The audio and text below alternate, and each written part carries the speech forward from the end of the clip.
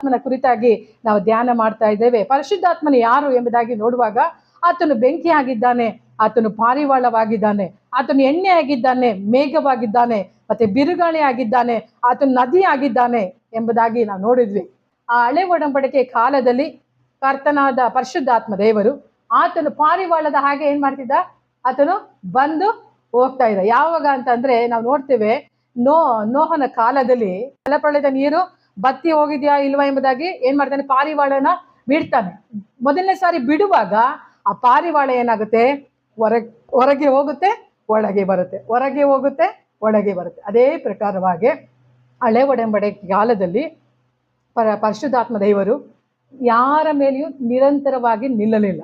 ಅವ್ರು ಹೋಗ್ತಾ ಇದ್ರು, ಬರ್ತಾ ಇದ್ರು. ನೀವು ಮತ್ತೆ ಎರಡನೇ ಸಾರಿ ನೋಹ ಏನ್ ಮಾಡ್ತಾನೆ ಅಂತಂದ್ರೆ ಪಾರಿವಾಳನ ಬಿಡ್ತಾನೆ ಅಲ್ವಾ. ಮೊದಲನೇ ಸಾರಿ ಬಿಟ್ಟಾಗ ಅದು ಹೋಗಿ ಬರುತ್ತೆ, ಎರಡನೇ ಸಾರಿ ಹೋದಾಗ ಚಿಗುರನ್ನ ತೆಗೆದುಕೊಂಡು ಬರ್ತಾ ಇದೆ. ನಾವು ಹೊಸ ಒಡಂಬಡಿಕೆಗೆ ಬರುವಾಗ ಯೇಸು ಕ್ರಿಸ್ತನು ಯಾವಾಗ ಆತನು ಯೋರ್ದನ್ ನದಿಯಲ್ಲಿ ದೀಕ್ಷಾಸ್ಥಾನ ತೆಗೆದುಕೊಳ್ತಾನೋ ಆಗ ಪರಿಶುದ್ಧಾತ್ಮ ದೇವರು ಆತನು ಇಳಿದು ಬರ್ತಾನೆ.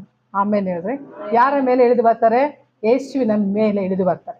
ಯೇಸುವಿನ ಮೇಲೆ ಇಳಿದು ಬಂದಂತ ಪರಿಶುದ್ಧಾತ್ಮ ದೇವರು ಯೇಸು ಸೇವೆ ಮಾಡುವಂತ ಅವಧಿಯಲ್ಲಿ ಆತನೊಂದಿಗೆ ಆತನಿರ್ತಾನೆ. ಆಯ್ತಾ.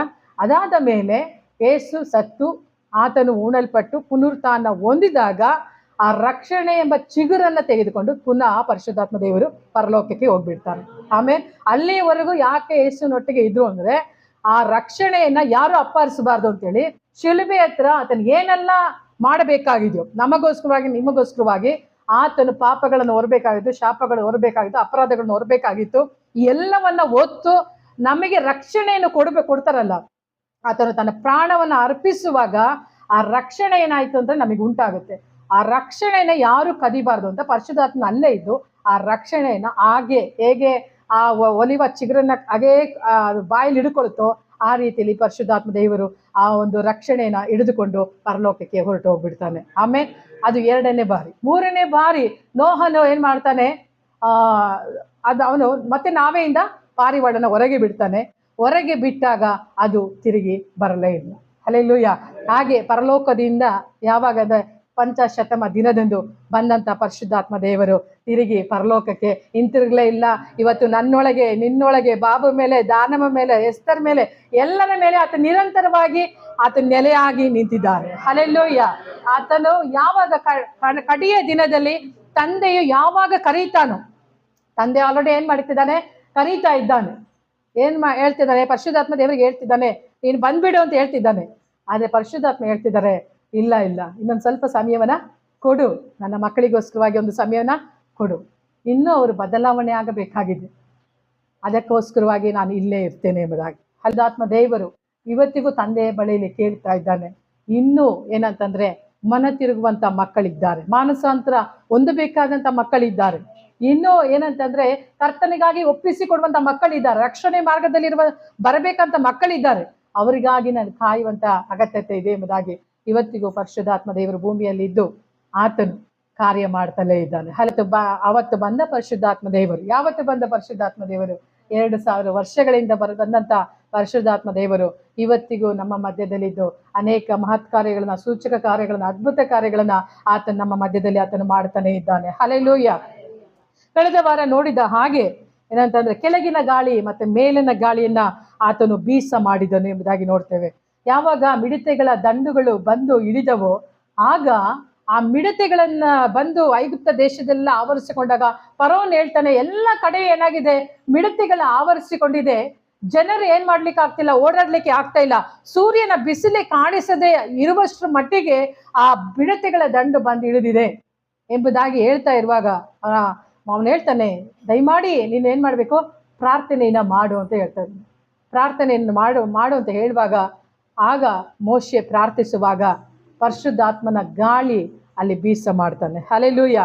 ಯಾವಾಗ ಪರಿಶುದ್ಧಾತ್ಮನ ಗಾಳಿ ಬರುತ್ತೋ ಆಗ ಐಗುಪ್ತ ದೇಶದಲ್ಲಿ ಬಂದು ಇಳಿದಂತ ಎಲ್ಲ ಮಿಡತೆ ದಂಡುಗಳು ಎಲ್ಲಿ ಹೋಗಿ ಬಿಡ್ತವೆ, ಕೆಂಪು ಸಮುದ್ರದಲ್ಲಿ ಬಿದ್ದು ಅವು ಸಂಪೂರ್ಣವಾಗಿ ನಾಶವಾಗುತ್ತೆ. ಹಲ್ಲೆಲೂಯಾ.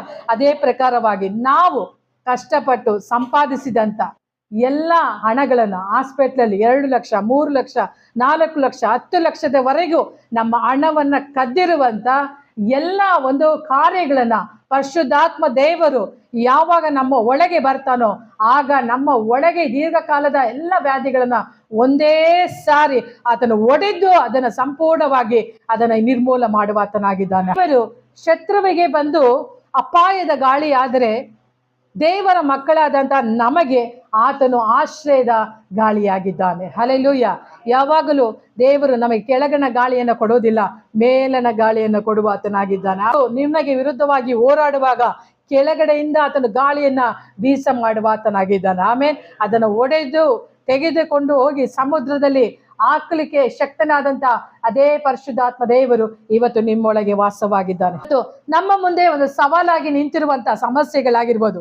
ಅಂದ್ರೆ ಮೋಶೆಯ ಕಾಲದಲ್ಲಿ ಈಗ ಇಸ್ರಾಯೇಲರಿಗೆ ಸವಾಲಾಗಿ ನಿಂತಿದ್ದು ಯಾವುದು ಅಂತಂದ್ರೆ ಫರೋಹನು ಸವಾಲಾಗಿ ನಿಂತಿದ್ದ. ಎರಡನೇದು ನೋಡುವಾಗ ಕೆಂಪು ಸಮುದ್ರ ಸವಾಲಾಗಿ ನಿಂತಿದೆ. ಯಾಕಂದ್ರೆ ಅಷ್ಟು ದೊಡ್ಡ ಐಗುಪ್ತ ದೇಶದಿಂದ ಅಷ್ಟು ದೊಡ್ಡ ಅದ್ಭುತಗಳನ್ನ ಮಾಡಿ ದೇವರು ಅಂತ ದೊಡ್ಡ ಒಂದು ಏನಂತಂದ್ರೆ ವಿಲ್ಲನ್ ಆಗಿ ಇದ್ದಂತ ಆ ಒಂದು ಫರೋಹನ ಕೈಯಿಂದ ದೇವರು ತಪ್ಪಿಸಿ ಹೊರಗೆ ತಂದ ನಂತರ ಇಸ್ರಾಯೇಲರಿಗೆ ಮುಂದೆ ಕಾಣ್ತಿರುವುದು ಏನಂತಂದ್ರೆ ಒಂದು ದೊಡ್ಡ ಕೆಂಪು ಸಮುದ್ರ. ಈಗ ಅವರು ದಾಟ್ಲಿಕ್ಕೆ ಆಗ್ತಾ ಇಲ್ಲ. ಹಿಂದೆ ತಿರುಗಿ ನೋಡಿದ್ರೆ ಯಾರಿದ್ದಾರೆ? ಫರೋಹನ ಸೈನ್ಯ ಹಿಂದೆಟ್ಟಿ ಬರ್ತಾ ಇದೆ. ಆಗ ಅವ್ರು ಅಳ್ತಾ ಇದ್ದಾರೆ. ಏನಂತ ಅಳ್ತಾ ಇದ್ದಾರೆ? ಯಾಕೆ ಮೋಶೆ, ನಾವು ಅಲ್ಲೇ ಇದ್ದಿದ್ರೆ ಅವರಿಗೆ ದಾಸರಾಗಿರ್ತಿದ್ವಿ, ಅಲ್ಲೇ ಇದ್ದಿದ್ರೆ ನಾವು ಗುಲಾಮರಾಗಿರ್ತಿದ್ವಿ, ನಾವು ಅವ್ರಿಗೆ ಹೇಗೋ ಅವರ ಕೈ ಕೆಳಗೆ ಇದ್ದು ನಾವು ಕೆಲಸ ಮಾಡ್ತಾ ಇದ್ವಿ. ಈಗ ನೀವು ಇಲ್ಲಿ ತಂದು ನಮ್ಮನ್ನ ಅರಣ್ಯದಲ್ಲಿ ಸಾಯಿಸ್ಬೇಕೆಂಬುದಾಗಿದ್ದೀಯಾ ಎಂಬುದಾಗಿ ಕೇಳ್ತಾ ಇದ್ದಾನೆ.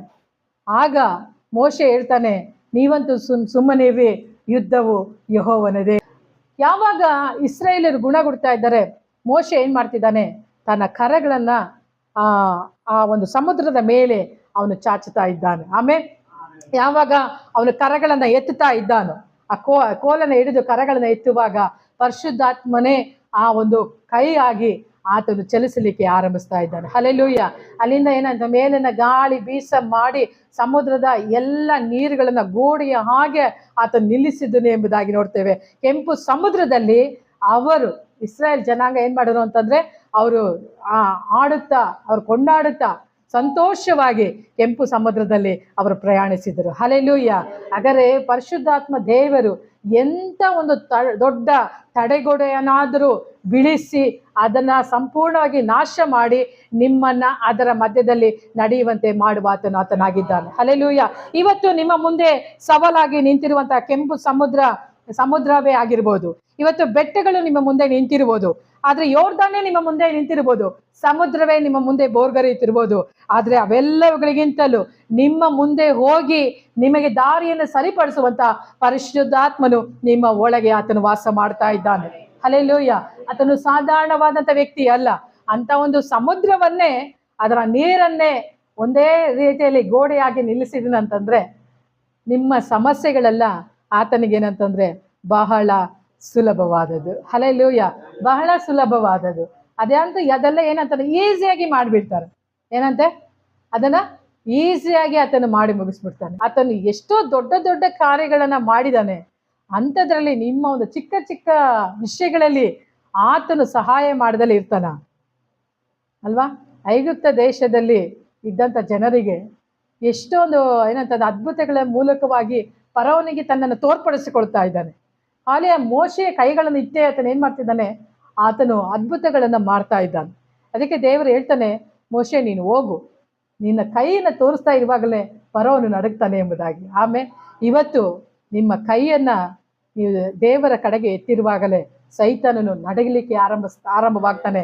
ಯಾಕಂದ್ರೆ ನೀವು ಕರಗಳನ್ನು ಎತ್ತಿರುವಾಗ ಅದು ನಿಮ್ಮ ಕರಗಳಲ್ಲ, ಅದು ಪವಿತ್ರಾತ್ಮನ ಕರಗಳಾಗಿದೆ. ಹಲ್ಲೆಲೂಯಾ. ನೀವು ಸಮಸ್ಯೆಯಲ್ಲಿ, ದೇವರೇ ನಾನು ಇಂಥ ಒಂದು ಸಮಸ್ಯೆಯಲ್ಲಿ ಇದ್ದೇನೆ, ದೇವರೇ ನನ್ನನ್ನು ಆಶೀರ್ವದಿಸು ಎಂಬುದಾಗಿ ಕರಗಳನ್ನು ಎತ್ತಿ ನೀವು ಪ್ರಾರ್ಥನೆ ಮಾಡುವಾಗ ಖಂಡಿತವಾಗ್ಲೂ ಹೇಳ್ತೇನೆ, ಪರಿಶುದ್ಧಾತ್ಮನ ಕರಗಳು ಆ ಸಮಸ್ಯೆಯ ಮೇಲೆ ಚಲಿಸುವಂಥದ್ದಾಗಿರುತ್ತೆ. ಆಮೇಲೆ ನಿಮ್ಮ ಕರಗಳು ಅದು ಸಾಮಾನ್ಯವಾದಂಥ ಕರಗಳಲ್ಲ. ಹಲ್ಲೆಲೂಯಾ.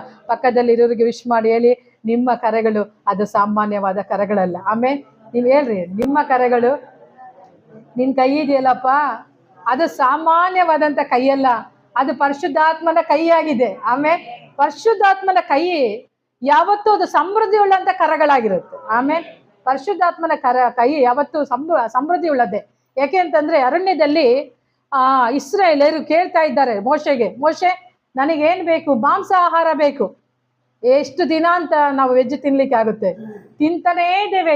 ಏನಂತಂದ್ರೆ ಪ್ರತಿ ದಿನ ಮನ್ನಾ ತಿಂತಿದೆ. ಆ ಸಪ್ಪೆ ಊಟ ತಿಂದು ನಮಗೆ ಸಾಕಾಗ್ಬಿಟ್ಟಿದೆ. ನಮಗೆ ಏನಂತಂದ್ರೆ ನಾನ್ ವೆಜ್ಜು ಬೇಕು. 2 ವಾರ ಆಯ್ತು ನಾನ್ ವೆಜ್ ತರದಲ್ಲೇ. ಈ ವಾರ ನಾನ್ ವೆಜ್ ತಂದ್ರೆ ತಿನ್ನೋಣ ಅಂತ ನಾವೆಷ್ಟು ಆಸೆ ಪಡ್ತೀವಲ್ಲ, ಆ ರೀತಿಯಾಗಿ ಅವ್ರು ನಾನ್ ವೆಜ್ ಕೇಳ್ತಾ ಇದ್ದಾರೆ. ಕೇಳುವಾಗ ಏನ್ ಹೇಳ್ತಿದ್ದಾರೆ, ಅಯ್ಯೋ ನಾವು ಐಗುಪ್ತದಲ್ಲಿ ಇದ್ದಿದ್ರೆ ನಾವಾಗ ಈರುಳ್ಳಿ ತಿಂತಾ ಇದ್ವಿ, ಸೌತೆಕಾಯಿ ತಿಂತಾ ಇದ್ವಿ, ಬೆಳ್ಳುಳ್ಳಿ ತಿಂತಾ ಇದ್ವಿ, ಅಲ್ಲೆಲ್ಲ ಚೆನ್ನಾಗೇ ಇತ್ತು. ಆದ್ರೆ ನೀನು ಈ ಅಡವಿಗೆ ತಂದು ನಮಗೆ ಏನು ಇಲ್ದಂಗೆ ಮಾಡ್ಬಿಟ್ಟಲ್ಲ. ಆ ರೀತಿಯಾಗಿ ಹೇಳ್ತಾ ಇದ್ವಿ. ಆ ರೀತಿಯಾಗಿ ಹೇಳ್ತಾ ಇದ್ರೆ ಮೋಶೆ ಬಂದು ದೇವರ ಬಳಿಯಲ್ಲಿ ಪ್ರಾರ್ಥಿಸ್ತಾ ಇದ್ದಾನೆ. ನೀನು ಎಂತ ಕೆಲಸ ಮಾಡ್ಬಿಟ್ಟೆ? ನಾನೇನು ಇವ್ರನ್ನ ಎತ್ತಿದ್ದೀನ? ಇವ್ರನ್ನ ತಂದು ನಾನು ತಲೆ ಕಟ್ಬಿಟ್ಟಲ್ಲ. ಇವಾಗ ಇಷ್ಟು ಜನಕ್ಕೆ ನಾನು ಎಲ್ಲಿಂದ ಪೂರೈಸ್ಲಿಕ್ಕೆ ಆಗುತ್ತೆ? ಆ ರೀತಿಯಾಗಿ ಕೇಳ್ತಾ ಇರುವಾಗ ದೇವ್ರು ಹೇಳ್ತಾರೆ, ಏನು ಮೋಶೆ, ನಿನ್ನ ಕೈ ಅದು ಯಾರ ಕೈ? ನಿನ್ನ ಕೈ ಅನ್ಕೊಂಬಿಟ್ಟ? ಇಲ್ಲ, ನಾನು ಕೊಟ್ಟಂತ ಕೋಲು ಯಾರ್ದು? ನಿಂದು ಅನ್ಕೊಂಬಿಟ್ಟ? ನಾನು ವಾಗ್ದಾನವನ್ನ ಕೊಟ್ಟಿದ್ದೇನೆ, ಪರಿಶುದ್ಧಾತ್ಮನ ಕೈಯನ್ನು ಸಹ ನಿನಗೆ ಕೊಟ್ಟಿದ್ದೇನೆ ಅಲ್ವಾ? ನೀನೇನು ಮಾಡು, ನೀನು ಹೋಗಿ ನಿಂತರೆ ಸಾಕು, ನಾನೇನು ಮಾಡ್ತೇನೆ, ಅದಕ್ಕೆ ಬೇಕಂತ ಆಹಾರನ ಒದಗಿಸ್ತೇನೆ ಅಂತ ಹೇಳಿ ಇವ್ ಮೋಶೆ ಒಪ್ಪುತ್ತಾ ಇಲ್ಲ. ಮೋಶೆ ಹೇಳ್ತಿದ್ದಾನೆ, ಅಯ್ಯೋ ದೇವರೇ, ಇಲ್ಲ, ನಾನು ಏನಂತಂದ್ರೆ ಎಲ್ಲ ಸಮುದ್ರನ ಒಟ್ಟೆಗೂಡಿಸಿದ್ರೆ, ಅಂದ್ರೆ ಅರಬ್ಬಿ ಸಮುದ್ರ, ಪಶ್ಚಿಮ ಬಂಗಾಳ ಕೊಲ್ಲಿ, ಎಲ್ಲದರಲ್ಲೂ ಹುಡುಕಿದ್ರು ಈ ಜನರಿಗೆ ಪೋಷಣೆ ಮಾಡಿಷ್ಟು ಮೀನು ಸಿಗೋದಿಲ್ಲ. ಎಲ್ಲ ಖಾಲಿ ಆಗ್ಬಿಡುತ್ತೆ, ಚಿಕ್ಕದು ಬಿಡಂಗಿಲ್ಲ ಎಲ್ಲ. ಆದ್ರೆ ಅಲ್ಲಷ್ಟು ಏನಾಗುತ್ತೆ ಅಂದ್ರೆ ಮೀನುಗಳು ಏನಾಗುತ್ತೆ, ಮುಗಿದು ಹೋಗ್ಬಿಡುತ್ತೆ. ಹಾಗಾಗಿ ಇಂಥ ಜನರನ್ನ ನನಗೆ ಕೊಟ್ಬಿಟ್ಟಲ್ಲ, ನನಗೆ ಬೇಡವೇ ಬೇಡ. ನೀನೇನ್ ಮಾಡು, ಈ ಜವಾಬ್ದಾರಿನ ಯಾರಿಗೆ ಅದೇ ಕೊಟ್ಬಿಡು ಅಂತ ಹೇಳ್ತಾನೆ. ಅವ್ನು ಹೇಳಿದ್ರಿಂದ ದೇವ್ರು ಏನ್ ಮಾಡ್ತಾರೆ, 70 ಮಂದಿಗೆ ಅವ್ರನ್ನ 70 ಮಂದಿಗೆ ಅವನಲ್ಲಿರುವಂತ ಅಭಿಷೇಕವನ್ನ ತೆಗೆದು 70 ಜನರಿಗೆ ಹಂಚ್ತಾನೆ. ಆಮೇಲೆ ಅದಾದ ಮೇಲೆ ದೇವರು ಏನ್ ಮಾಡ್ತಾನೆ, ಬಲವಾದಂತ ಗಾಳಿಯನ್ನ ಆತನು ಬೀಸ ಮಾಡ್ತಾನೆ. ಹಲ್ಲೆಲೂಯ. ಒಂದು ಮೇಲನ ಗಾಳಿ ಅದು ಬೀಸ ಮಾಡುವಾಗ ಯಾವಾಗ ಇಸ್ರಾಯೇಲ್ಯರು ಯಾವ ಪಾಳೆಯದ ಒಳಗೆ ಇದ್ದರು, ಅದೇ ಪಾಳೆಯದ ಒಳಗೆ ಏನಾಯ್ತು ಅಂತಂದ್ರೆ ಆ ಲಾವಕ್ಕಿಗಳು ಬಂದು ಸುರಿದವು ಎಂಬುದಾಗಿ ನೋಡ್ತೇವೆ. ಆಮೇಲೆ ಇವತ್ತು ನಿಮ್ಮ ಮುಂದೆ ಎಷ್ಟೇ ದೊಡ್ಡ ಅಗತ್ಯತೆಗಳು ಇರ್ಬೋದು, ಆ ದೊಡ್ಡ ಅಗತ್ಯತೆಗಳಿಗಿಂತಲೂ ನಿಮ್ಮ ದೇವರು ಏನಾಗಿದ್ದಾನೆ ಅಂತಂದ್ರೆ ಆತನು ದೊಡ್ಡವನಾಗಿದ್ದಾನೆ. ಆಮೇಲೆ ನಿಮ್ಮ ಅಗತ್ಯತೆಗಳಿಗಿಂತಲೂ ನಿಮ್ಮ ಕರಗಳು ಏನಾಗಿದೆ ಅಂತಂದ್ರೆ ಅದು ದೊಡ್ಡ ಕರಗಳಾಗಿದೆ. ಆಮೇಲೆ ಇವತ್ತು ಸಣ್ಣ ಪುಟ್ಟ ಏನಂತಂದ್ರೆ ಅಗತ್ಯತೆಗಳು ನಿಮಗಿದೆ ಅಲ್ವಾ? ಸಣ್ಣ ಪುಟ್ಟ ಅಗತ್ಯತೆಗಳು ನಿಮಗೇನು ಅಂಥದ್ದು ಏನಿಲ್ಲ. 6 ಲಕ್ಷ ಜನರಿಗೆ ಪೋಷಣೆ ಮಾಡೋಷ್ಟು ನೀವು ಕೇಳ್ತಾ ಇದ್ದೀರಾ? 6 ಲಕ್ಷ ಜನಕ್ಕೆ ಪೋಷಣೆ ಮಾಡ್ಬೇಕಪ್ಪ ಅಂತ ಕೇಳ್ತಿದೀಯಪ್ಪ? 6 ಜನಕ್ಕೆ ತಾನೇ? 6 ಲಕ್ಷಕ್ಕೆ ಕೊಟ್ಟ ದೇವರು 6 ಲಕ್ಷ ಜನರಿಗೆ ಕೊಟ್ಟಿದ್ದಾರೆ ಅಂದ್ರೆ 6 ಜನರಿಗೆ ಕೊಡೋದಿಲ್ವಾ? ಹಲ್ಲೆಲೂಯ. ಅವರಿಗೆ ಉಣ್ಣಲಿಕ್ಕೆ ಆಹಾರವನ್ನು ಕೊಟ್ಟ, ಉಡಲಿಕ್ಕೆ ವಸ್ತ್ರವನ್ನ ಕೊಟ್ಟ, ಕಾಲಿಗೆ ಬೇಕಾದ ಚಪ್ಪಲಿಯನ್ನೇ ಕೊಟ್ಟ, ಅವರಿಗೆ ಕಾನಾನ್ ದೇಶವನ್ನೇ ಅವರಿಗಾಗಿ ಕೊಟ್ಟುಬಿಟ್ಟ. ಆಮೇಲೆ ಒಬ್ಬೊಬ್ಬರು ಒಂದೊಂದು ಸ್ವಾಸ್ಥ್ಯವನ್ನ ಅವ್ರು ತೆಗೆದುಕೊಂಡ್ರು ಅಂತಂದ್ರೆ ಆಸ್ತಿಯನ್ನ ಭಾಗ ಮಾಡಿದಾಗ ಅವರ ಎಲ್ಲೆಗಳು ವಿಸ್ತಾರವಾಯ್ತು. ಆಮೇಲೆ ಭೂಮಿಯು ಇಡಿಸಲಾರದಷ್ಟು ಆಶೀರ್ವಾದಗಳನ್ನ ಇಸ್ರಾಯೇಲರು ಹೊಂದಿಕೊಂಡ್ರು. ಆಮೇಲೆ 6 ಲಕ್ಷ ಜನಕ್ಕೆ ಭೂಮಿಯೇ ಇಡಿಸದಷ್ಟು ಆಶೀರ್ವಾದಗಳನ್ನ ಕರ್ತನು ಕೊಟ್ಟನಂತಂದ್ರೆ ನಿನಗೆ ಬೇಕಾದಂತ 30-60 ಏನಂತಂದ್ರೆ ಸೈಟನ್ನ ಕರ್ತನು ಕೊಡೋದಿಲ್ವಾ?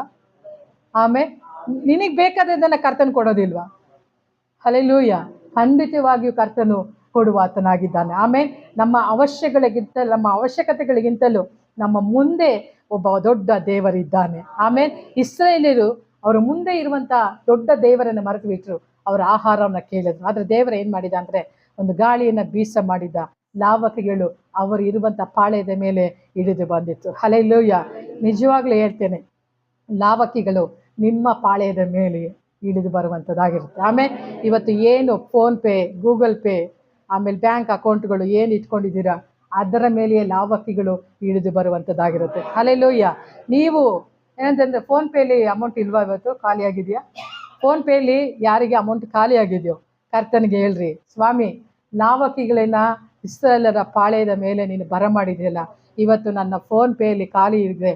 ಈ ಫೋನ್ ಪೇನ ನೀನೇನು ಮಾಡಬೇಕು, ಲಾವಕಿಗಳಿಂದ ನೀನು ತುಂಬಿಸ್ಬೇಕು. ಆಮೇಲೆ ಯಾವಾಗ ನೀವು ಪ್ರಾರ್ಥನೆ ಮಾಡ್ತಿರೋ ಇವತ್ತೇ ಈ ರಾತ್ರಿನೇ ಈ ಗಳಿಗೆಯಲ್ಲೇ ಕರ್ತನು ಅದ್ಭುತವನ್ನ ಮಾಡುವಾತನಾಗಿದ್ದಾನೆ. ಆಮೇಲೆ ಅದ್ಭುತವನ್ನ ಎಕ್ಸ್ಪೆಕ್ಟ್ ಮಾಡ್ರಿ. ನಾನು ಅದನ್ನು ಅನುಭವಿಸ್ಬೇಕು ಎಂಬುದಾಗಿ ನೀವು ಆಸೆ ಪಡ್ರಿ. ಆಸೆ ಪಡುವವರಿಗೆ ಮಾತ್ರನೇ ಕರ್ತನ ಏನ್ ಮಾಡ್ತಾನೆ ಅಂತಂದ್ರೆ ಕೊಡ್ಲಿಕ್ಕೆ ಸಾಧ್ಯ. ಯಾಕಂದ್ರೆ ಹೊಸ ಒಡಂಬಡಿಕೆಯಲ್ಲಿ ನೋಡ್ತೇವೆ, ಒಬ್ಬ ಮನುಷ್ಯ ಗುಣವಾಗುವಾಗ ಅಲ್ಲಿ ಯಾವ ಗಳಿಗೆಯಲ್ಲಿ ಅವನು ಸುಖವಾದ ಅಂತ ಅವನ ಆಳಿಗೆ ಕೇಳ್ತಾನೆ. ಯಾವಾಗ ಆತನು ಮಾತನಾಡಿದ್ದನೋ ಅದೇ ಗಳಿಗೆಯಲ್ಲಿ ಅವನು ಸುಖವಾದ. ನಾನು ಆಮೇಲೆ ಅದೇ ಗಳಿಗೆ ಅಂತಂದ್ರೆ ಈಗ ನಾನು ಮಾತನಾಡ್ತಿದ್ದಾನೆ, ಲಾವಕ್ಕಿಗಳು ಈಗ ಈ ಕ್ಷಣದಲ್ಲೇ ನಿಮ್ಮ ಅಕೌಂಟಲ್ಲಿ ಬಂದು ಬೀಳುತ್ತೆ ಅಂತಂದಾಗ ನೀವು ಆಮೇಲೆ ಅಂತ ರಿಸೀವ್ ಮಾಡುವಾಗಲೇ ಆಗ್ಲೇ ಆ ಕ್ಷಣದಲ್ಲೇ ಏನಾಗುತ್ತೆ, ರಿಸೀವ್ ಆಗ್ತಾ ಇರುತ್ತೆ. ಹಲ್ಲೆಲೂಯಾ. ಕರ್ತನು ಕೊಡುವಂಥ ಮಾತುಗಳನ್ನ ನೀವು ಅದನ್ನು ರಿಸೀವ್ ಮಾಡುವಾಗ ಅದ್ಭುತಗಳನ್ನ ನೀವು ಕಾಣುವಂಥವರಾಗಿರ್ತೀರಿ. ಕರೆಗಳು ಬಂದು ಯಾವಾಗಲೂ ನೀವು ತಿಳ್ಕೊಳ್ಬೇಕು, ಈ ಕರೆಗಳು ಯಾವತ್ತಿಗೂ ಬತ್ತಿ ಹೋಗೋದೇ ಇಲ್ಲ. ಈ ಕರೆಗಳು ಆಶೀರ್ವದಿಸಲ್ಪಟ್ಟಂಥ ಕರೆಗಳು. ಯಾಕಂದ್ರೆ ಇದು ನನ್ನ ಕೈಯಲ್ಲ. ತುಂಬ ಜನ ಹೇಳ್ತಾ ಇರ್ತಾರಲ್ಲ, ಏನು ತೂತು ಕೈಯೋ ಏನೋ, ಇರೋದು ದುಡ್ಡೇ ನಿಲ್ಲಲ್ಲ. ಎಷ್ಟು ಜನ ಹೇಳಿದ್ದೀರಾ ಅವನು ಶೈಲಮ್ಮ ಅಂತ ಹೇಳಿದಾರೆ.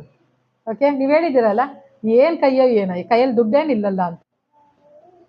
ಆದರೆ ಪರಿಶುದ್ಧಾತ್ಮನು ಹೇಳ್ತಾನೆ, ನೀನು ಇವತ್ತಿನವರೆಗೂ ಅದನ್ನು ನಿನ್ನ ಕೈಯಾಗಿ ನೋಡಿದ್ವಿ. ಆಮೇಲೆ ಇವತ್ತಿನವರೆಗೂ ಯಾರ ಕೈಯಾಗಿ ನೋಡಿದ್ಯಾ? ನಿನ್ನ ಕೈಯಾಗಿ ನೋಡಿದ್ಯಾ. ಆದರೆ ಇವತ್ತಿಂದ ನೋಡು, ಇದು ನನ್ನ ಕೈ ಅಂತ.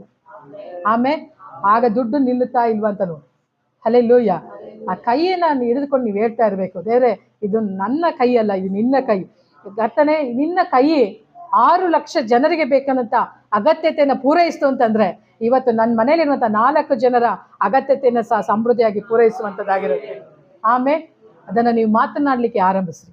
ಯಾವಾಗ ನೀವು ಮಾತನಾಡ್ತಿರೋ ಅದು ಕರ್ತನಾದ ದೇವರು ಅದನ್ನು ರೂಪಾಂತರಪಡಿಸಿ ಅದು ನಿಮ್ಮ ಲೈಫಲ್ಲಿ ನಡೆಯುವಂತೆ ಅದನ್ನು ಮಾಡುವ ಆತನಾಗಿದ್ದಾನೆ. ಪರಿಶುದ್ಧಾತ್ಮನು ನಿಮ್ಮ ಮುಂದೆ ಆತನು ಹೋಗಿ ಗಾಳಿಯನ್ನು ಬರಮಾಡಿ ನೀನು ಯಾವ ಆಶೀರ್ವಾದಕ್ಕಾಗಿ ಕಾದುಕೊಂಡು ಕುಳಿತಿದೆಯೋ ಆ ಎಲ್ಲ ಆಶೀರ್ವಾದಗಳನ್ನು ನಿನ್ನ ಕಾಲಿನ ಬಳಿಯಲ್ಲೇ ಬಂದು ಬೀಳುವಂತೆ ಆತನು ಮಾಡುವ ಆತನಾಗಿದ್ದಾನೆ. ಆಮೇಲೆ ನೀನು ಯಾವುದಕ್ಕಾಗಿ ಎದುರು ನೋಡ್ತಿದ್ಯೋ, ಇಲ್ಲ ನನ್ನ ಮಕ್ಕಳ ಲೈಫಲ್ಲಿ ಬಂದು ಇಂಥ ಒಂದು ಕಾರ್ಯಗಳು ನಡಿಬೇಕಾಗಿದೆ ಅಲ್ವಾ, ಇಲ್ಲ ಒಂದು ಕೆಲಸ ಬೇಕಾಗಿದೆಯೋ, ಇಲ್ಲ ಹಣ ಬೇಕಾಗಿದೆಯೋ, ಇಲ್ಲ ಒಂದು ಕಾರ್ ಬೇಕಾಗಿದೆ, ಇನ್ನು ಮನೆ ಬೇಕಾಗಿದೆಯೋ, ಯಾವ ಆಶೀರ್ವಾದಕ್ಕಾಗಿ ನೀನು ಕೇಳ್ತಾ ಇದೆಯೋ ಅದನ್ನ ಪರಿಶುದ್ಧಾತ್ಮ ಹೇಳ್ತಾನೆ, ನೀನು ಹುಡ್ಕೊಂಡು ಹೋಗ್ಬೇಡ. ಏನು ಆಶೀರ್ವಾದದ ಹಿಂದೆ ನೀನು ಹುಡುಕಬೇಡ. ಯಾಕೆ ಅಂತಂದ್ರೆ ಆಶೀರ್ವಾದವೇ ನಿನ್ನ ಪಾದದ ಕೆಳಗೆ ಹುಡುಕಿ ಬರುವಂಥದ್ದಾಗಿರುತ್ತೆ. ಆಮೇಲೆ ನಿನ್ನ ಹತ್ರ ಅದು ಬರುತ್ತೆ. ಯಾಕೆ ಬರುತ್ತೆ?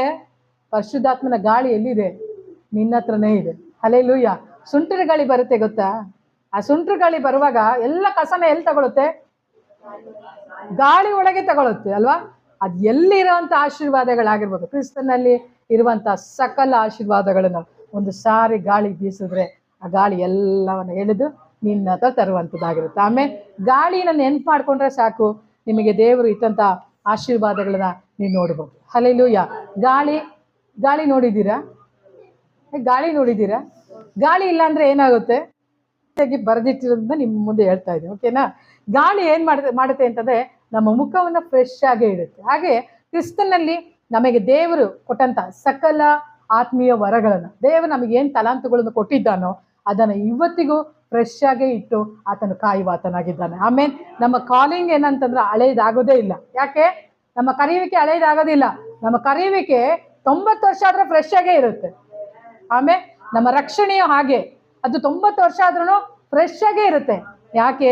ಪರಿಶುದ್ಧಾತ್ಮನ ಗಾಳಿ ಅದು ಕರ್ತನ ಬೀಸ ಮಾಡ್ತಾ ಇರೋದ್ರಿಂದ ಅದು ಯಾವಾಗಲೂ ಫ್ರೆಶ್ ಆಗಿ ಇರುವಂಥದ್ದಾಗಿರುತ್ತೆ. ಹಲ್ಲೆಲೂಯಾ.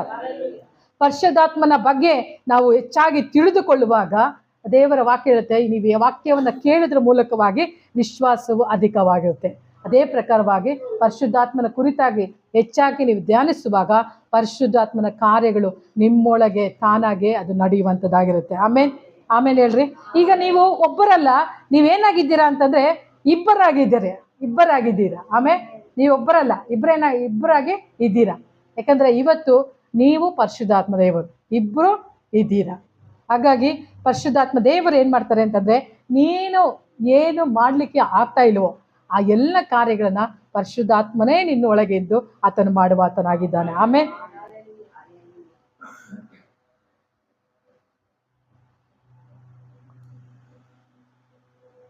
ಹೇಗೆ ಎಲಿಯನನ್ನ ನಾವು ಸತ್ಯವೇದ್ಯದಲ್ಲಿ ನೋಡ್ತೇವೆ. ಎಲಿಯನನ್ನ ಪರಲೋಕಕ್ಕೆ ಎತ್ತಿಕೊಂಡು ಹೋಗಿದ್ದು ಯಾವುದು? ಗಾಳಿಯ ಮೂಲಕವಾಗಿ ಒಬ್ಬ ಮನುಷ್ಯ ಎತ್ಕೊಂಡು ಹೋಗ್ತಾ ಇದ್ದಾನೆ ಅಲ್ವಾ. ಎತ್ ಸುಳಿಗಾಳಿಯಲ್ಲಿ ಎತ್ಕೊಂಡು ಹೋಗ್ತಾ ಇದ್ದಾನೆ. ಹೋಗುವಾಗ ಸುಳಿಗಾಳಿ ಬಂದು ಪರಲೋಕಕ್ಕೆ ಏನ್ ಮಾಡ್ತು? ಕೊಂಡೋಯ್ತು. ಅದೇ ಪ್ರಕಾರವಾಗಿ ಒಂದು ಗಾಳಿ ಬರುವಾಗ ಒಬ್ಬ ಮನುಷ್ಯ ಎತ್ತಲ್ಪಡ್ತಾನೆ ಅಂತಂದ್ರೆ, ಅದೇ ಪ್ರಕಾರವಾಗಿ ಪರಿಶುದ್ಧಾತ್ಮನೆಂಬ ಗಾಳಿ ನಮ್ಮ ಮೇಲೆ ಬೀಸ ಮಾಡುವಾಗ ದೇವದೂತರನ್ನ ನಾವು ವಿಸಿಟ್ ಮಾಡುವಂತರಾಗಿರ್ತೇವೆ. ಆಮೇಲೆ ಎಲಿಯನಿಗೆ ಒಂದು ಸಾರಿ ಗಾಳಿ ಬೀಸುವಾಗ ಅವನೇನ್ ಮಾಡ್ತಾನೆ? ಪರಲೋಕವನ್ನ ವಿಸಿಟ್ ಮಾಡ್ತಾ ಇದ್ದಾನೆ.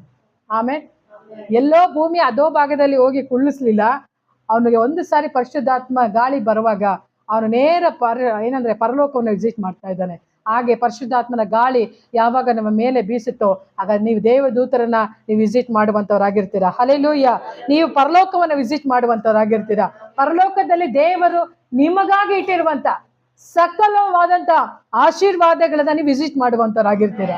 ಆಮೇಲೆ ಅದು ನಿಮ್ಮ ಕಣ್ಗಳು ನೋಡುವಂತದ್ದಾಗಿರುತ್ತೆ. ಡಾಕ್ಟರ್ ದಿನಕರನ್ ಅವರು ಬರೆದಂತ ಒಂದು ಪರಲೋಕದ ದರ್ಶನ ಎಂಬಂತ ಪುಸ್ತಕದಲ್ಲಿ ಅವ್ರು ಬರೆದಿದ್ದಾರೆ. ಅವರನ್ನ ದೇವರ ಆತ್ಮನ ಎತ್ತಿಕೊಂಡು ಹೋಗ್ತಾರೆ. ಎತ್ತಿಕೊಂಡು ಹೋಗುವಾಗ ಅಲ್ಲಿ ಅನೇಕ ರೂಮ್ಸ್ಗಳನ್ನ ಆತನು ತೋರಿಸ್ತಾ ಇದ್ದಾನೆ. ಏನಂತೆ? ಅನೇಕ ರೂಮ್ಸ್ಗಳನ್ನ ತೋರಿಸ್ತಾ ಇದ್ದಾನೆ. ಎಲ್ಲ ಒಂದೊಂದು ಕೋಣೆ ಇದೆ. ಆಗ ದೇವರಾತ್ಮನಿಗೆ ಅವ್ರು ಕೇಳ್ತಾರಂತೆ, ಇದು ಯಾವ ಕೋಣೆ ಅಂತಂದಾಗ, ನೋಡಪ್ಪ ಈ ಕೋಣೆಯಲ್ಲೆಲ್ಲ ಹಾರ್ಟ್ ಇಟ್ಟಿದ್ದೀನಿ, ಮತ್ತೆ ಇನ್ನೊಂದು ಕೋಣೆಯಲ್ಲೆಲ್ಲ ಲಿವರ್ ಇಟ್ಟಿದ್ದೀನಿ, ಇನ್ನೊಂದು ಕೋಣೆಯಲ್ಲೆಲ್ಲ ಕಿಡ್ನಿ ಇಟ್ಟಿದ್ದೀನಿ, ಇನ್ನೊಂದು ಕೋಣೆಯಲ್ಲಿ ಕಣ್ಗಳು ಇಟ್ಟಿದ್ದೀನಿ. ನನ್ನ ಮಕ್ಕಳು ಯಾವಾಗ ಏನು ಬೇಕು ಅಂತಾರೋ ಆವಾಗ ಅದನ್ನು ಹಾಗೆ ಫ್ರೆಶ್ ಆಗಿ ಅಲ್ಲಿ ಪ್ರೊವೈಡ್ ಮಾಡ್ಬೇಕಂತಾನೆ ಇಟ್ಟಿದ್ದೀನಿ. ಆಮೇಲೆ ನಾವು ಯಾವಾಗಲೂ ರಿಪೇರಿ ಆಗಿರೋದೇ ಕೇಳ್ತೀವಿ, ನಾವು ಯಾವಾಗಲೂ ಸೆಕೆಂಡ್ ಹ್ಯಾಂಡ್ಲೇ ಕೇಳ್ತಾ ಇರ್ತೀವಿ. ದೇವ್ರು ಹೇಳ್ತಾನೆ, ಇಲ್ಲ, ನಾನು ಫ್ರೆಶ್ ಆದದ್ದೇ ನಾನು ಕೊಡ್ತೇನೆ. ಆಮೇಲೆ ಹೊಸದನ್ನ ಕರ್ತನಲ್ಲಿ ಇಟ್ಟಿದ್ದಾನೆ. ಹಲ್ಲೆಲೂಯಾ. ಆವಾಗ ನೀವು ಪರಿಶುದ್ಧಾತ್ಮನಿಂದ ನಡೆಸಲ್ಪಡ್ತೀರೋ, ಪರಿಶುದ್ಧಾತ್ಮನಿಗೆ ನೀವು ಕೇಳುವಾಗ, ಪರಿಶುದ್ಧಾತ್ಮನೇ, ತಂದೆಯು ಇಟ್ಟಂತ ಹೊಸ ಹೃದಯವನ್ನ ಇವತ್ತು ನಾನು ನಿನ್ನ ಬಳಿಯಲ್ಲಿ ಕೇಳಿಕೊಳ್ತಿದ್ದೇನೆ. ಆಮೇಲೆ ಇವತ್ತು ಕಿಡ್ನಿ ಫಂಕ್ಷನ್ ಆಗ್ತಾ ಇಲ್ಲ ಅಂತಂದ್ರೆ ದೇವ್ರ ಹತ್ರ ನೀವು ಕೇಳ್ರಿ, ದೇವ್ರೇ ನನ್ನ ಕಿಡ್ನಿ ಕೆಲಸ ಮಾಡ್ತಾ ಇಲ್ಲ, ಆದರೆ ಪರಿಶುದ್ಧಾತ್ಮನೇ ನನಗೆ ನೀನು ತಿಳಿಯಪಡಿಸ್ರಿ ಅಂತ ಪ್ರಾರ್ಥನೆ ಮಾಡಿ ಕೇಳ್ರಿ. ಪರಿಶುದ್ಧಾತ್ಮನೇ ನನಗಾಗಿ ಪರಲೋಕದಲ್ಲಿ ಇಟ್ಟಿರುವಂಥ ಆ ಹೊಸ ಕಿಡ್ನಿನ ನಾನು ರಿಸೀವ್ ಮಾಡಿಕೊಳ್ಳಿಕ್ಕೆ ನಾನು ಸಿದ್ಧವಾಗಿದ್ದೇನೆ ಅಂತ ಹೇಳುವಾಗ ಹೊಸ ಕಿಡ್ನಿಯನ್ನು ಸಹ ಕರ್ತನು ಕೊಡುವಾತನಾಗಿದ್ದಾನೆ. ಹಲ್ಲೆಲೂಯಾ. ನಿಮ್ಮೊಳಗಿರುವಂಥ ಪರಿಶುದ್ಧಾತ್ಮನು ಯಾರು ಅಂತಂದರೆ ತಂದೆಯ ಆಶೀರ್ವಾದಗಳನ್ನು ಹೊರಗೆ ತರುವಾತನಾಗಿದ್ದಾನೆ. ಆಮೇಲೆ ಈಗ ಅರ್ಥ ಆಗುವಾಗೆ ಹೇಳ್ತೀನಿ, ಓಕೆನಾ? ತಾಯಿ ಇದ್ದಾಳಲ್ಲ ಮನೆಯಲ್ಲಿ, ತಾಯಿ ಅಪ್ಪ ಎಲ್ಲೇ ದುಡ್ಡು ಇಟ್ಟಿದ್ರೇನು ಅವಳೇನು ಮಾಡ್ತಾಳೆ ಅಂದರೆ ಮಕ್ಳಿಗೆ ಹೇಳ್ತಾಳೆ ಅಲ್ವಾ, ನಿಮ್ಮಪ್ಪ ಅಲ್ಲಿ ಕಣೋ, ಈ ಬ್ಯಾಂಕ್ ಅಕೌಂಟಲ್ಲಿ ಇಷ್ಟಿಟ್ಟಿದ್ದಾರೆ ಕಣೋ, ಇಲ್ಲಿ ಇಷ್ಟಿಟ್ಟಿದ್ದಾರೆ. ಈ ತಾಯಿ ಏನು ಮಾಡ್ತಾಳೆ ಅಂತಂದರೆ ಎಲ್ಲಿರೋದೆಲ್ಲ ಏನು ಮಾಡ್ತಾಳೆ ಅಂತಂದರೆ ಯಾವುದಾದ್ರು ಎಲ್ಲೆಲ್ಲಿದೆ ಅಂತ ಎಲ್ಲ ಹೇಳ್ಬಿಡ್ತಾಳೆ. ಈ ಹೆಣ್ಮಕ್ಳಿಗೆ ಇರುವಂಥದ್ದು ಒಂದು ಕಲೆ. ಅವರು ಎಲ್ಲೇ ಏನೇ ಔಚಿಟ್ರು ಸಾಯೋ ಸಮಯದಲ್ಲಿ ಅದನ್ನು ಹೇಳ್ಬಿಡ್ತಾರೆ ಅವ್ರ ಮಕ್ಳಿಗೆ, ಅದನ್ನು ಇದೆಲ್ಲ ಇಲ್ಲಿ ಇದೆ, ಈ ಪ್ಲೇಸಲ್ಲಿ ಇದೆ ಅಂತ ಹೇಳ್ತಾರೆ ಅಲ್ವಾ. ಅದೇ ಪ್ರಕಾರವಾಗಿ ಯೇಸು ಕ್ರಿಸ್ತನು ಏನೆಲ್ಲ ಮಾಡಿದ್ದಾನೋ ಅದು ಇವತ್ತಿಗೂ ನಮಗೆ ಕಣ್ಮರೆಯಾಗಿದೆ. ಆದರೆ ಅದು ಎಲ್ಲೆಲ್ಲಿ ಯಾವ್ದು ಎಲ್ಲೆಲ್ಲಿ ಇದೆ ಅಂತ ತೋರಿಸ್ಲಿಕ್ಕಾಗಿ ಪರಿಶುದ್ಧಾತ್ಮನು ಇವತ್ತು ನಮ್ಮೊಳಗೆ ಇದ್ದಾನೆ. ಆಮೇಲೆ ಅವರೊಬ್ಬರು ಮಾತ್ರನೇ ಯೇಸು ಕ್ರಿಸ್ತನಲ್ಲಿ ಇರುವಂಥ ಆಶೀರ್ವಾದಗಳನ್ನ ಒಂದೊಂದೇ ತೆಗೆದು ನಿನಗೆ ತೋರಿಸ್ಲಿಕ್ಕೆ ಸಾಧ್ಯ. ಹಲ್ಲೆಲೂಯಾ. ಅದಕ್ಕೆ ದಾವೀದನು ಬರೆಯುವಾಗ ಹೇಳ್ತಾನೆ, ನನ್ನ ಕಣ್ಣನ್ನು ತೆರೆ, ಆಗ ನಾನು ನಿನ್ನ ಧರ್ಮಶಾಸ್ತ್ರದ ಅದ್ಭುತಗಳನ್ನು ಕಂಡುಕೊಳ್ಳುವೇನು ಎಂಬುದಾಗಿ. ಆಮೇಲೆ ಕಣ್ಣು ತೆರೆಯಲ್ಪಟ್ಟರೆ ಮಾತ್ರನೇ ನಾವು ಆಶೀರ್ವಾದಗಳನ್ನು ಕಾಣಲಿಕ್ಕೆ ಸಾಧ್ಯ. ಹಲ್ಲೆಲೂಯಾ. ಅದಕ್ಕೆ ಪರಿಶುದ್ಧಾತ್ಮನನ್ನ ಕೇಳಬೇಕು. ಆಮೇಲೆ ನೋಹನ ಕಾಲದಲ್ಲಿ ನೋಡುವಾಗ ದೊಡ್ಡ ಒಂದು ಜಲಪ್ರಳಯ ಅಲ್ವಾ, ಎಷ್ಟು ದಿನ ಬಂತು? 150 ದಿನ ಪ್ರಬಲವಾಗಿ ಬಂತು. ಪ್ರಬಲವಾಗಿ ಬರುವಾಗ ಅಲ್ಲಿ ನಾವೇ ಏನಾಯಿತು ಅಂತಂದ್ರೆ ನೀರಿನ ಮೇಲೆ ಏನಾಗ್ತಿತ್ತು? ತೇಲ್ತಾ ಇತ್ತು ಅಲ್ವಾ. ಅಲ್ಲಿ ನಾನು ನಿಮಗೊಂದು ಪ್ರಶ್ನೆ ಕೇಳ್ತೇನೆ, ಆ ನಾವೇನ ಯಾರು ನಡೆಸಿದ್ದು?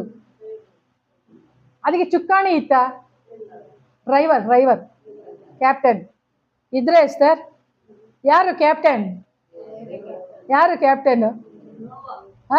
ನೋವನ? ಅಲ್ಲಿ ಸ್ಟೇರಿಂಗೇ ಇಲ್ಲ, ಅಲ್ಲಿ ಇದೇ ಇಲ್ಲ, ಅಲ್ಲಿ ಏನಂತಾರೆ ನಡೆಸ್ಲಿಕ್ಕೆ ಇದಿಲ್ಲ, ಓಕೆನಾ, ಚುಕ್ಕಾಣಿ ಇಲ್ಲ. ಆದರೆ ನಾವೇ ಹೇಗೆ ಇದೆ ಅಂತಂದರೆ ಯಾವಾಗ ನೀರು ಪ್ರಬಲವಾಯಿತು ಆಗ ತನ್ನಷ್ಟಕ್ಕೆ ತಾನೇ ತೇರ್ಲಿಕ್ಕೆ ನಾವೇ ಅಲ್ಲಿ ಆ ನೀರಲ್ಲಿ ನಾವೇ ತೇಲ್ಬೇಕಂತಂದರೆ ಅಲ್ಲಿ ಏನಾಗ್ತಿದೆ ಅಂದರೆ ಪರಿಶುದ್ಧಾತ್ಮನ ಗಾಳಿ ಬೀಸ್ತಾ ಇತ್ತು. ಆಮೇಲೆ ಯಾವಾಗ ಗಾಳಿ ಬೀಸ್ತೋ ಆಗ ನಾವೇ ತೇಲಾಡ್ತಾ ಇದ್ವಿ. Hallelujah, hallelujah. ಯಾವಾಗ ದೇವರು ನಿಮ್ಮ ಒಳಗೆ ಬರ್ತಾನೋ ಆಗ ಎಷ್ಟೇ ಪ್ರವಾಹದ ಹಾಗೆ ಸಮಸ್ಯೆಗಳಿದ್ರು ನೀವು ತೇಲಾಡ್ತಲೇ ಇರ್ತೀರ. ಆಮೇಲೆ ನೀವು ಮುಳುಗಿ ಹೋಗೋದಿಲ್ಲ. ಯಾಕೆಂದ್ರೆ ನೀರು ಬರುವಾಗ ನೀರು ಹೆಚ್ಚು ಕಡಿಮೆ ಬೆಟ್ಟಗಳೆಲ್ಲ ಮುಳುಗಿಸ್ಬಿಡ್ತು, ಇನ್ನೇನು ನಾವೇನ ಮುಳುಗಿಸುವಷ್ಟು ಮಟ್ಟಿಗೆ ಬಂತು. ಆದ್ರೆ ದೇವರು ಯಾರನ್ನ ನೆನಪು ಮಾಡಿಕೊಂಡ? ನೋಹನನ್ನ ನೆನಪು ಮಾಡಿಕೊಂಡು ಗಾಳಿಯನ್ನ ಬೀಸ ಮಾಡ್ತಾನಂತೆ.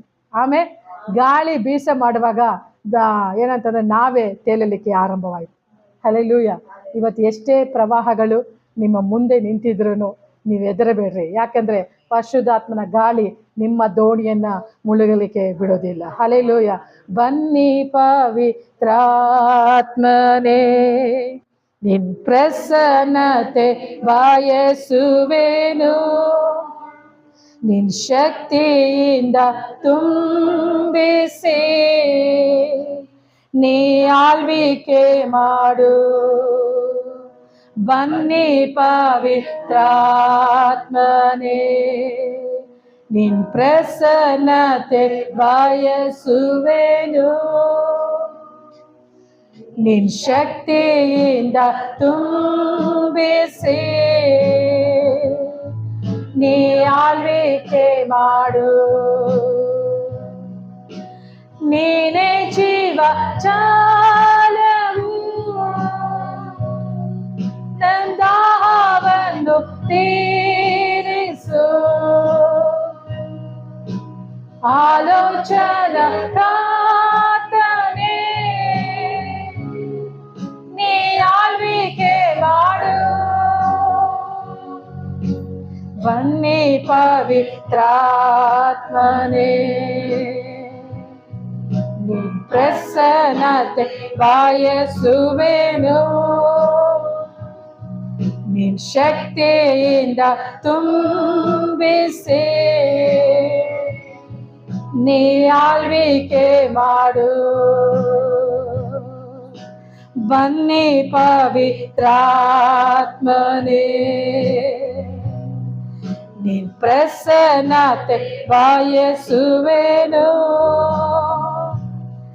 ನಿನ್ ಶಕ್ತಿಯಿಂದ ತುಂಬಿಸಿ ನೀ ಆಳ್ವಿಕೆ ಮಾಡು. ಹಲ್ಲೆಲೂಯಾ. ಆತನ ಶಕ್ತಿಯಿಂದ ತುಂಬಿಸಿ ನಿಮ್ಮನ್ನ ಆಳ್ವಿಕೆ ಮಾಡುವ ಆತನಾಗಿದ್ದಾನೆ. ಆಮೇಲೆ ಮಳೆ ಬರುವ ಹಾಗೆ ಮೋಡ ಆಗಿರುತ್ತೆ ಅಲ್ವಾ? ಮೋಡ ಏನಾಗಿರುತ್ತೆ? ಮೋಡ ಆಗಿರುತ್ತೆ. ಮೋಡ ಆದಾಗ ನಾವು ಅನ್ಕೊಳ್ತೀವಿ ಮಳೆ ಬರುತ್ತೆ ಅಂತ. ಆದ್ರೆ ಅದೇ ಮೋಡ ಆದಾಗ ಗಾಳಿ ಬಂದ್ರೆ ಏನ್ ಅನ್ಕೊಳ್ತೇವೆ?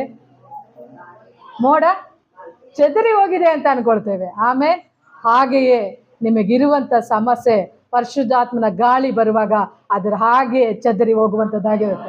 ಹಲ್ಲೆಲೂಯಾ. ವಾರುಂ ತೂಯ ಆವಿಯೇ, பிரசன்னத்தை வாஞ்சிக்கிறோ, வல்லமையா என்னை நிரப்பி நீ ஆளுகை செய்யும். बन्नी पवित्रात्मने, ನಿನ್ ಪ್ರಸನ್ನತೆ ಬಯಸುವೆನು, ನಿನ್ ಶಕ್ತಿಯಿಂದ ತುಂಬಿಸಿ ಆದ್ರೆ ನೀ ಆಳ್ವಿಕೆ ಮಾಡು. ಹೃದಯದಿಂದ ಆರ್ಯ, ಪೂರ್ಣ ಮನಸ್ಸಿನಿಂದ ನೀನೇ ಪವಿತ್ರಾತ್ಮನೇ, ನಿನ್ ಪ್ರಸನ್ನತೆ ಬಯಸುವೆನು,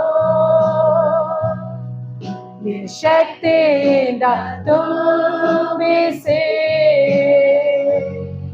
ನೀ ಆಳ್ವಿಕೆ ಮಾಡು. ನೀನೇ ಜೀವ ಜಾಲವು, ನನ್ನ ದಾಹವನ್ನು ತೀರಿಸು. ಆಲೋಚನಾ ಕರ್ತನೇ, ನೀ ಆಳ್ವಿಕೆ ಮಾಡು. ನೀನೇ ಜೀವ ಜಾಲವು, ನನ್ನ ದಾಹವನ್ನು ತೀರಿಸು. ಆಲೋಚನಾ ಕಾಂತನೇ ನೀ ಆಳ್ವಿಕೆ ಮಾಡು. ಬನ್ನಿ ಪವಿತ್ರಾತ್ಮನೇ ನೀ ಪ್ರಸನ್ನತೆ ಬಯಸುವೆನು. ನೀ ಶಕ್ತಿಯಿಂದ ತುಂಬಿಸಿ ನೀ ಆಳ್ವಿಕೆ ಮಾಡು. ಪವಿತ್ರಾತ್ಮನೇ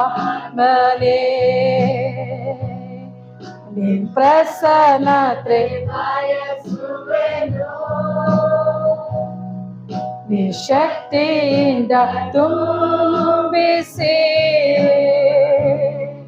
ನೀ ಆಳ್ವಿಕೆ ಮಾಡು. ಹಲ್ಲೆಲೂಯ.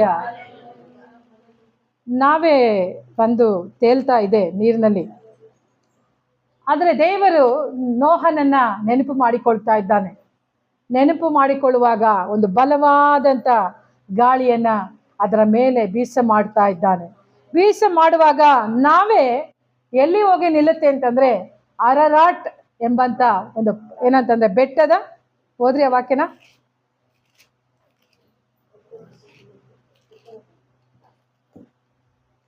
ಭೂಲೋಕದ ಮೇಲೆ ಗಾಳಿ ಬೀಸುವಂತೆ ಮಾಡಲಾಗಿ ನೀರು ತಗ್ಗಿತು. ಭೂಮಿಯ ಕೆಳಗಿರುವ ಸಾಗರದ ಸೆಲೆಗಳು ಆಕಾಶದ ತೂಪುಗಳು ಮುಚ್ಚಿ ಹೋದವು. ಆಕಾಶದಿಂದ ಸುರಿತಿದ್ದ ಮಳೆ ನಿಂತು ಹೋಯಿತು.